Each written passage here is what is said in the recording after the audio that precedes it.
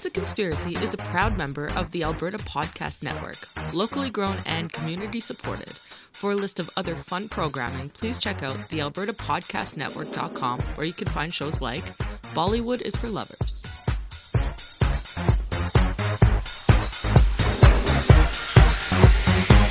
Now we'll catch all those tasty nuggets. Tasty nuggets, tasty nuggets, tasty nuggets, tasty nuggets, tasty nuggets. Okay, this is season 4, episode 22, Conspeez 4. Welcome back, everyone, to It's a Conspiracy. This is the podcast where we lay out the beliefs behind select conspiracy theories, alternative accounts, legends, myths, and more. I'm your host, Andrew, and I do not claim to be an expert on anything we're going to discuss today, and will probably be wrong about everything because I was out in the sun a bit too much yesterday. I'm burnt to a crisp. You guys can probably see what's going on here. You go a little redder than usual. Yeah. I am a little redder than usual, and I'm usually quite red, but my fleeting window of comfort was all too brief. And I was going from, it's too cold. When's it going to warm up? And now I'm in the time of year when I'm like, it's too hot. Can we go sit inside? So that window was real short this year. And this is what happens to me. Look, I was outside just briefly yesterday, and I'm like, okay. So I've been working out in the sun all day, and this is what's happening to me. Look. Oh my. It's like night and day. It's awful. It's a real Farmer Dan. It's bad right now. It's so bad. I need to get out and even that up a bit. Totally. Yeah, that's right. You're gonna have to wear off. You're gonna have to wear like a robber mask and shirtless. Yes, exactly. That's it. It's a reverse Farmer Dan, Farmer Tan. As always, if you'd like to see which dried out corpses the vultures are circling, then please check out the episode description. Charlie does his best to make us feel accepted in one of the many rooms in his heart. That's why he's always wearing that little bellhop uniform. Sorry. I stepped on your Wilhelm there. That was the last person who was accepted. Thank you to the Alberta Podcast Network. You guys are really, really nice. Thank you for being so patient. And it's feels good to be part of a team. So yay team, yay friends, yay squad, yay Alberta, yay network, yay podcasts. You can check us out at itsconspiracypodcast.com. Our Twitter at Is It a Conspiracy? That's run by the social media influencer, Scottish Madman. Our Facebook group, our Instagram page, that's It's a Conspiracy Podcast. That's run by Gorgeous Greg. Our email on our Patreon page, patreon.com/ It's a Conspiracy. Oh, yeah. I love that James Earl Jones sound. I've been watching a lot of Obi-Wan Kenobi, and I'm just back into him so much. Now, ready then. Joining the online distance communication time today is Lord Charlie, Gorgeous Greg, and the triumphant return of Smilin' Dan Shessel. Yeah. These leaky gas cans will interject as they see fit, and I do so appreciate their online digitally distanced company. Good times for all the hands on the SS Friendship. It's nice to... I think it's pronounced friendship. Friendship. Oh, that's right. Sorry. On the best kind of ships are the friendships. We'll get that one day. Yeah, this is our Conspeez episode in which we will all weigh in on which was our favorite topic that we talked about today. We talk about a couple of different things per episode, and we're going to sort of throw them all out there and say which ones were our favorites. And in the end, a winner, hands down. He's the ref, the final word on this, the hammer of justice. Our judicial overlord, Dan, with the final word. Final. So he's going to be like, that's the one. Now shut up about it. Finish it. Yeah, totally. Okay, now, Charlie, can you tell me if you are familiar with these 3 topics? Let's go. Number 1, the theories we probed in season 4. Been there. Okay. The moments of Greg, we Gregged in season 4. Heard them. Okay. The monster of the weeks we Charlied in season 4. Oh, hell yeah, done that. That was a 3 yes. I'm all in. Oh, here we go. Okay, nice. Only because it's complete review of something that I've been to every time. Well, but your memory is spotty at the best of times. It's getting older and older. Yeah, it's not getting any younger. No. Okay, now I have sent out a list of these, so in case you're wondering what was the first one, just consult the list. We can do that. Shut your trap and look at the list, damn it. Okay, so here are the theories that we presented in season 4.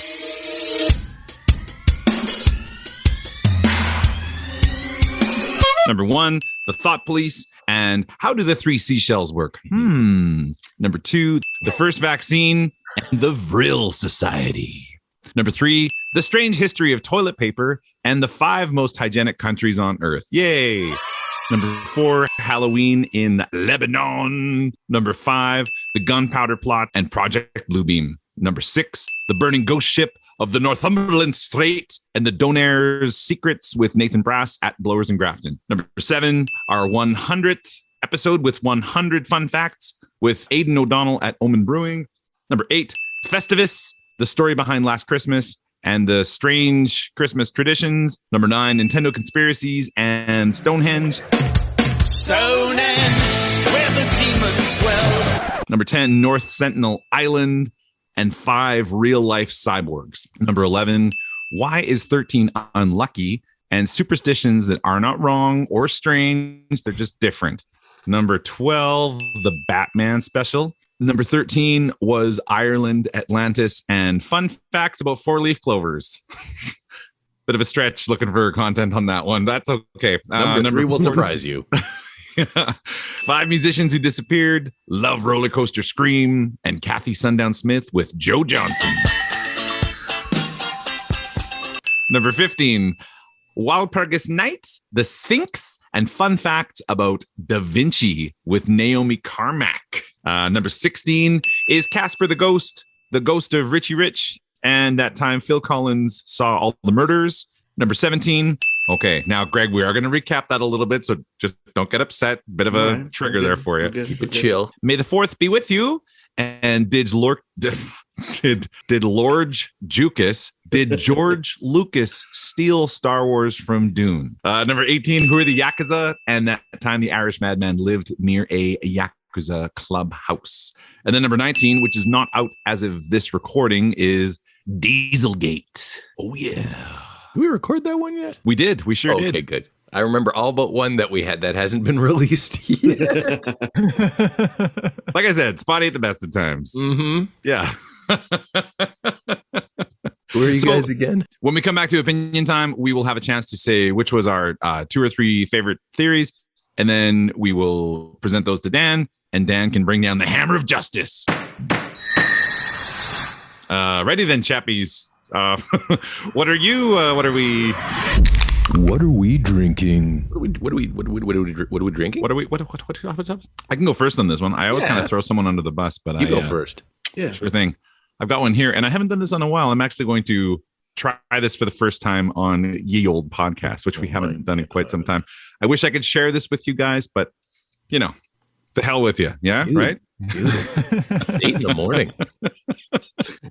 It is a little early to be. That's feisty today. I did, and my wife gave me a really funny look when I got this out of the fridge. I was like, "It's for the recording." I just going downstairs to talk with the boys. Do. Just cracking beers pretty early in the day. So this one here is called Adam's Pale Ale. It's from the good people at Sea Change. This is the write-up on it here. A larger-than-life tracksuit wearing boss man Adam Rombauer was the real deal. Diagnosed with ALS in 2017, Adam spent his final 4 months smashing fundraising goals and generating awareness for the ALS Society of Alberta. In his own words, "I'm not dying slowly, I'm living quickly." Adam passed away on May 8th, 2018 at 34 years of age. With every Adam's Pale Ale you will be a part of the campaign to increase awareness and raise cash for the ALS Society of Alberta. Raise your can, open your wallet, have one on Adam. ALS is Lou Gehrig's disease. Nasty stuff. So let's raise some money for it. I like that. That's a really good line. I'm not dying. Not dying slowly. I'm living quickly. Yeah, that's a good line. Mm-hmm. All right. So here we go. This is my first one. Oh my, that is tasty. Not a surprise from those guys there. And look at that can. Once again, happy little face. Not a surprise from those guys. It's a pretty good can. Sweet can. All right. Well, Charlie, what are we drinking? Well, I'll tell you what I'm drinking. It's not really a beer per se, which is different for me, but it is, it's called Cocoa Rum Original. And oh man, did this thing surprise me with how refreshing it is on a hot summer's day. Cocoa rum uniquely combines real coconut water and smooth white rum in a refreshing splash of sparkling water. It's a little bit of bad for those who want something good. Crack open a can and enjoy responsibly. And you know what? It is delightful. I had one last time I was in Calgary. Somebody just brought a 4-pack to the hotel room and they were like, "Want to try this out?" And I was like, "Sure, I'll drink anything." And it turned into something that I would definitely drink again and again and again. Very much refreshing, especially if you love coconut. That's Cocoa Rum Original. A coconut of water. Man. Nice. Well, Greg, Greg? Oh, I'm just going to keep on rolling on the cannabis drinks because, not drinking the alcohol these days. Right now I'm drinking the Rapid Tropical Rush by Versus. Meet Verse Rapid Tropical Rush, a refreshing cannabis twist to a classic water. This beverage combines the tart flavors of lemon and lime with the balanced sweetness of tropical ripe mangoes. Each 250 milliliter bottle is infused with 10 milligrams of THC and 10 milligrams of CBD and is equipped with a reliable lid to allow you to control how much you want to enjoy. Powered by Source by Valence Technology, this beverage is free of cannabis taste and smell with a predictable, consistent Verse Rapid experience. Simply twist off the cap and experience the rush. Oh, what a rush. Yeah. Can you remind me what it's a reliable cap so you can control how much you want to drink? Yeah. So when it comes to edibles, there's really no way for you to be like, "Oh yeah, I've had this sip and there's this much cannabis in there." But if you drink half of it and that makes you feel good, then you can put it back on and enjoy the other half later. So it's just a lid. Right. Yeah. Okay, guys, it's cannabis, man. The lids are pretty cool. All right. So wait, it's just like a lid though, right? It's a cap to the bottle or the. Yeah, you guys want to see one? I kept one just to show you. Yeah, let's see it. See. Lid. Wow. Ooh, man, that's gonna really take off, I think. Lids? Well, if we could just cap it right there, that'd be really great. Well, you take off lids all the time. Dan, what are you drinking? Oh, okay. So what I've been drinking, and I just keep, because it is. I'm a very dark. I like my dark beers, right? But it is getting into summertime, and every so often I will like to have a little bit lighter of a drink. And so the one I've been going to a lot lately has been another Sea Change drink as well, because oh my gosh, Sea Change is so good. They are. But anyways, I've been having Man Crush. Hey, I don't know if you guys, Charlie, can I share? I'll allow it. You allow it? Oh, Sharing is caring. Oh, it's available. Yeah. Nope. Can't do it. Oh. Anyways, it's a Mandarin ale, an orange forward juice bomb, a bright and crisp mimosa without the champagne, a light, refreshing, and handsome as you remember. Tasting notes is crisp, clean, bright, citrus, light body, made to crush. Lightly hopped, simple malt bill with an orange twist to finish. Really good. I really like it. Man Crush. It's great for a hot summer day. I love Crushables. Yeah, it's nice. It's not overly orangey either. I've had it a few times, and some white ales get a little heavy with the orange. It's like, okay, enough. And the can is so badass. Honestly. Well, I've pressed the button, so now you should be able to share. Oh, can I? Want to do a share? Yeah, hang on. Nope, still can't do it. Press the thing. I think after 4 seasons and how many episodes we have this figured out. Try it now. Oh, there we go. Try it now. Okay. Press the button.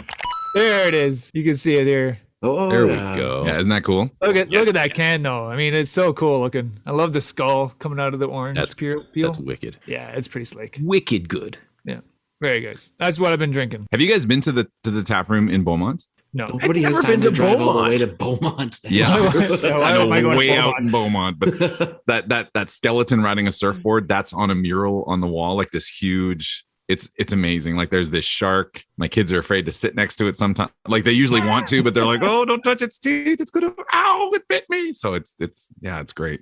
Since we are currently all raw Sea Change, which is awesome, I would say that Death Wave is my absolute favorite beer of theirs, and I will grab it out of the cooler when I can find it for sure. I dig it. Yeah. Oh, cool. That, friends, is going to take us to advertisement number 1.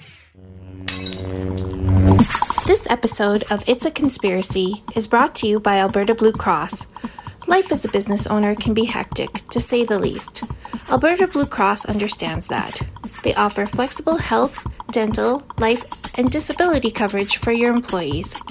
Even better, you can let your staff enroll and manage their coverage at any time and on any device. That makes life easier for them and for you.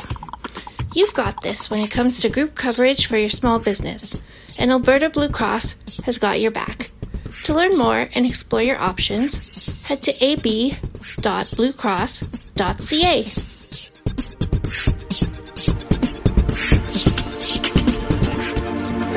Alrighty, we are back. Subject number 2, moments of Greg, including Mandela minutes of Greg. Man. So the Mandela minute moments of Greg. Mandela moments of Greg. Mandela minute Greg. I was actually surprised at how many moments I had this year, mainly just because I've been so busy and haven't been able to make every episode. So I appreciate you guys. Hopefully I'll be able to drop my backpack off somewhere, run and catch up with you guys. But life continues on. For season 4, episode 2, it was the Astley paradox, meaning if you were to ask Rick Astley for his copy of the movie Up, he would have to say no, because he would never give you up. By doing that, he would also be letting you down, which he would also never do.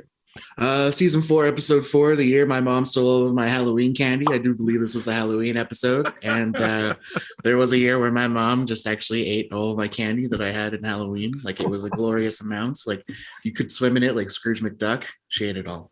Terrible person. Season 4, episode 7 was I believe, our 100 episodes at Omen Brewing, and I talked about 30 fun facts about my dear friends Andrew, Charlie, and then also myself. The Irish Madman did not post any of those on Twitter, which I will never forgive him for. So up yours. That's right. Instead of your name, you're gonna have to bleep it out. Did you send him the list? Yeah. Season 4, episode 12 was Bias in the NFL. Why does the NFL hate the Las Vegas Raiders? It's just because they're so beautiful in their uniforms. Season 4, episode 18, in the television show Murder, She Wrote, Jessica Fletcher is the serial killer that everybody is looking for. She just points him in the wrong direction and then makes millions of dollars by writing books about it. And season 4, episode 20 was the only Mandela minute of the season that I did, and it's talking about Dwayne "The Rock" Johnson. Some of you remember it's "If you smell what The Rock is cooking," but there's also a lot of you guys out there that claim that it is "Can you smell what The Rock is cooking?" Mm-hmm. For all of you that can smell, sorry, Charlie, it's actually "If you smell what The Rock is cooking."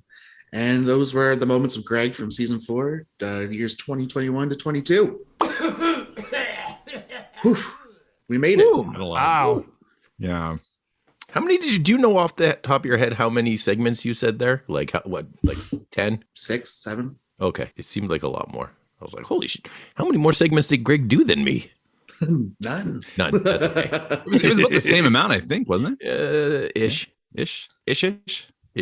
All right. Well, that's going to take us to subject numero 3. Ish. Charlie Scream Monster of the Week with Charlie Scream. And yeah, good times. Ish. I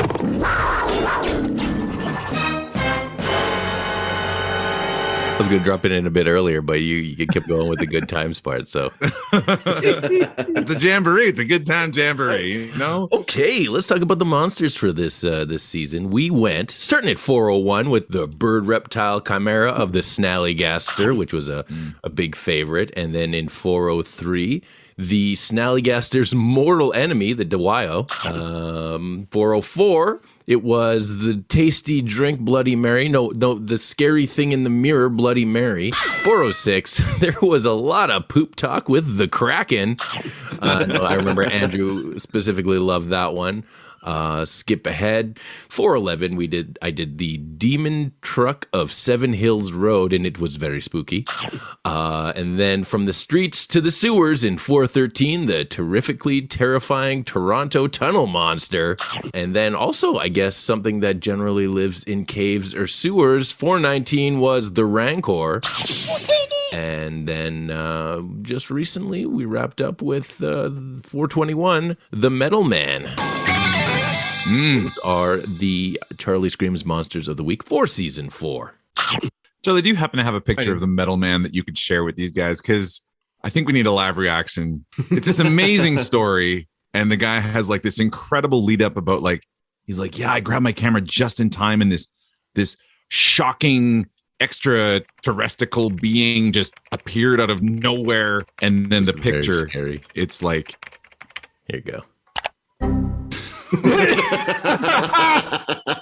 Very HD. Is that the Tin Man from Wizard of Oz? May as well, right? May as well be. Look at that! It's got the pointed hat and everything. He's more. I call him the aluminium man, really, because shiny side out, so he doesn't get cooked. Oh, can you imagine the smell coming off that guy in that just wrapped up like a baked potato? If it was a hoax, how long would it take to put that on? Huh? If it would, not saying it was a hoax, but if it was a hoax. If big F. As always, my friends, I want to believe. Yeah, it says it right on the wall. Oh, well, that's with that delightful little bit there. That is going to take us to ad number 2. Hello, I'm Elizabeth Bonkink. I'm Andrew Paul. And we're the hosts of the Well Endowed Podcast. The Well Endowed Podcast is produced by Edmonton Community Foundation, or ECF as we call it. ECF provides grants to charities through the endowment funds we create and manage with our donors. Hence the title of our show, The Well Endowed Podcast. Every month, we bring you a collection of stories and interviews with fascinating guests who are working to make Edmonton a strong, vibrant city to live in. Through these stories, we look at the space where endowments intersect with your communities. So if you're interested in the people and issues impacting your community, check out thewellendowedpodcast.com. All right, here we go. We are in the opinions time. Now, before we get started, thank you to the following people for sending us your opinions jingles. We love it so much. In fact, we love it so much, we're going to have someone read this list in a funny voice. Yep.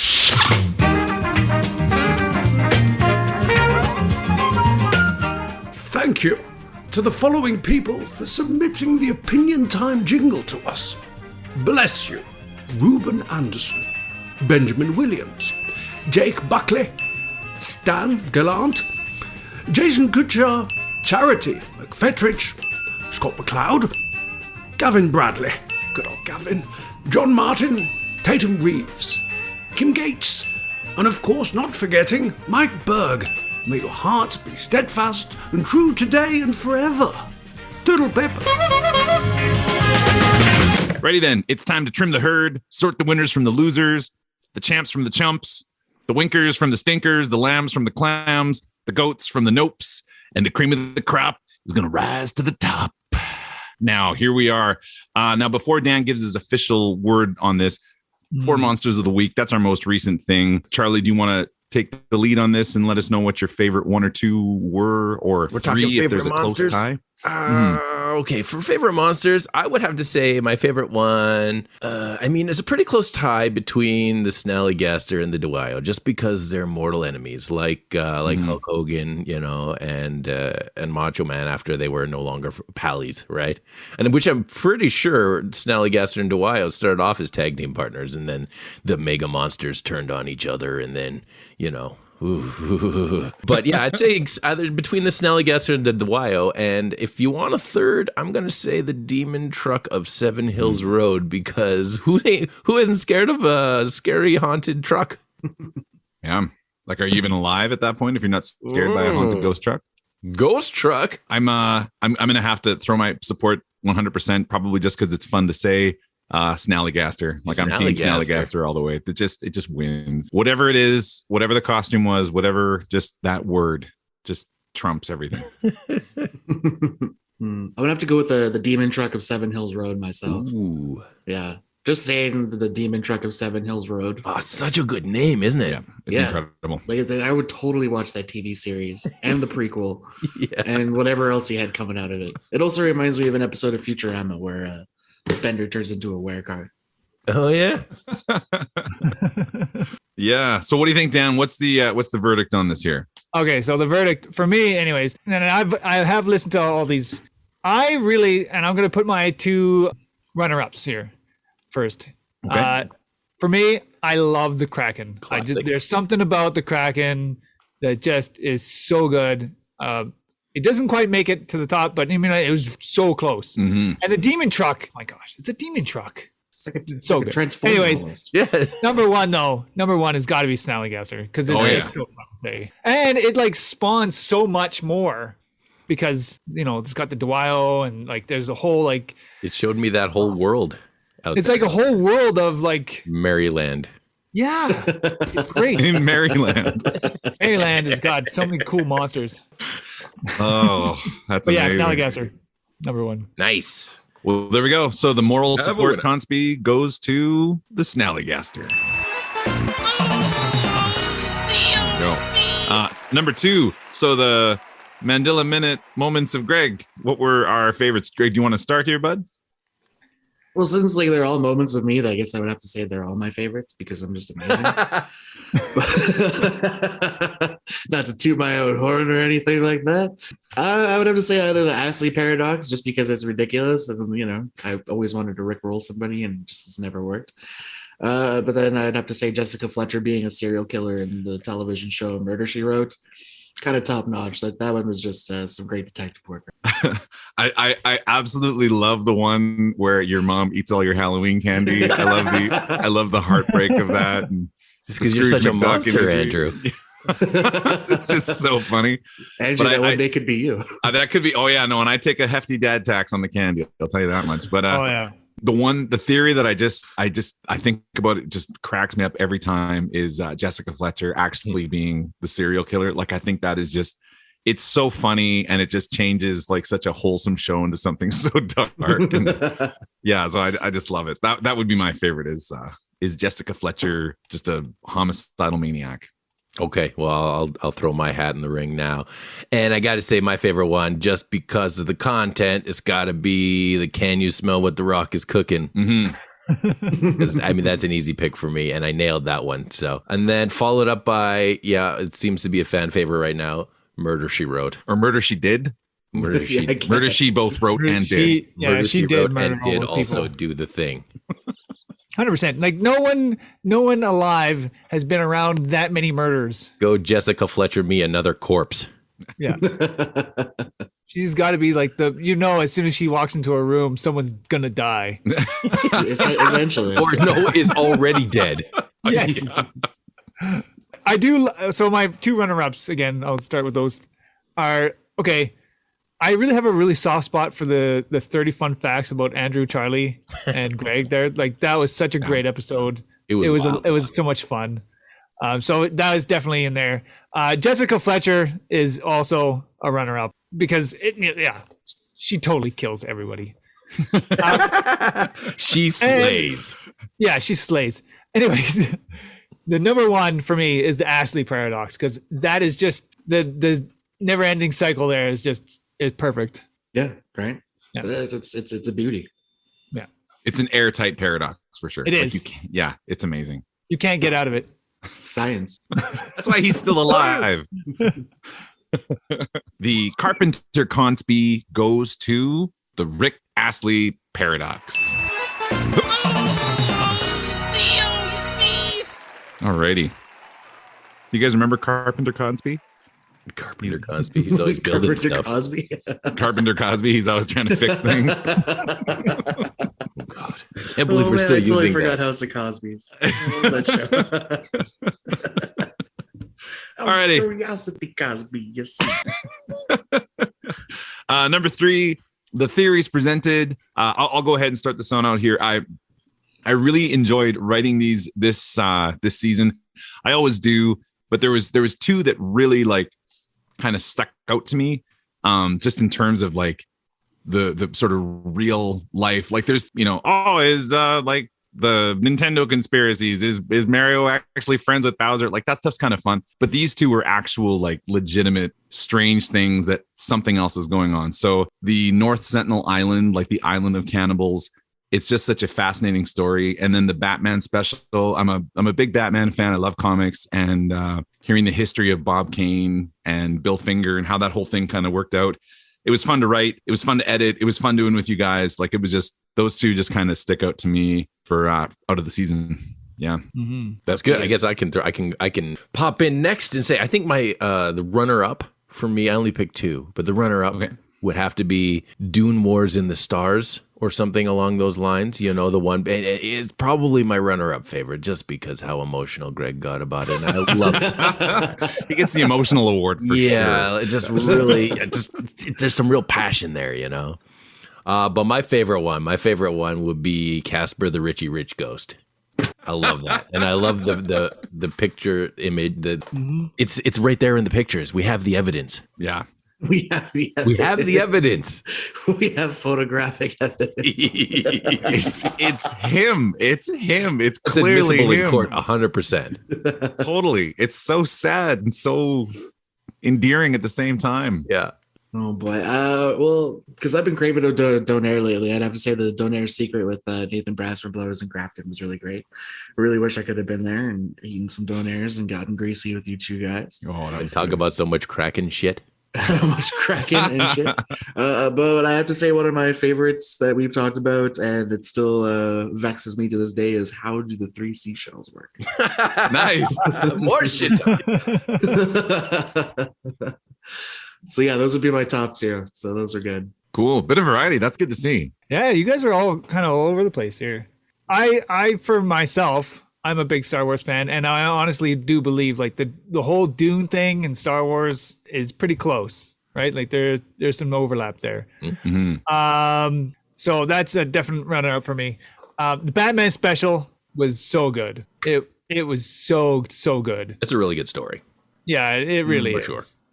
Yeah, and like there's so much there, right? Batman's so like it's got such a long history. It's great. Anyways, and then for me, the number one is definitely North Sentinel Island. Oh, cool. It is such a great I love like the cannibalists, like you never go there, like people disappear, dead bodies on the shore. No one messes with this place. Like it's so like primitive, and yet you don't go there because you'll just end up dying. Like it's great. It's a real tasty treat. I still think it's funny that they brought them coconuts to an island where they probably are. Yeah, where they have coconuts. Yeah. So like, thanks for bringing the one thing we have. If you would have brought the rum, you could have had Cocoa Rum Original. See, now you should go there and trade them. They bring rum. You got the coconuts. Bring the cocoa rum. Let's make a party. But don't go there, Greg, because we'd miss you. Also, I don't want to. I don't want to see you like stuck on a pike out on the rocky shores. We told them not to. Just holding a bottle of rum. I also like the fact that they have no idea how many people are on that island, right? It's like the number between like 10 and like 800. Yeah. Somewhere between in the ballpark. Yeah. There is potentially a follow-up to that coming in the next season because people have said that they need to do a survey of the island post-COVID because it is very possible that if COVID made its way there, how would COVID get there? Any damn it's sense. I'll have to tune in next season. It's in the air, boys. Bum bum bum. 5G. Yeah, babe. Gee, there it is. Damn. Okay, so the data analysis Conspeez goes to North Sentinel Island. Alrighty. Well, good times. Okay. Ready then, friends. Thank you so much for swinging by again and being so awesome. We will have a few specials over the summer. It's not going to be kind of a strict schedule. We've got a few things planned, but basically they'll come out when they come out. And then we'll be back to a regular schedule. We'll be returning for Sweet Revenge on September 5th with season 5. I can't believe it. Greg's got another pearl to add to his collection, and it's exciting stuff. That shit's starting to hurt, man. Yeah. You got lots of room though. You get plenty of room. We go. You guys said you were doing this with me, and now I can't stop. What are we testing?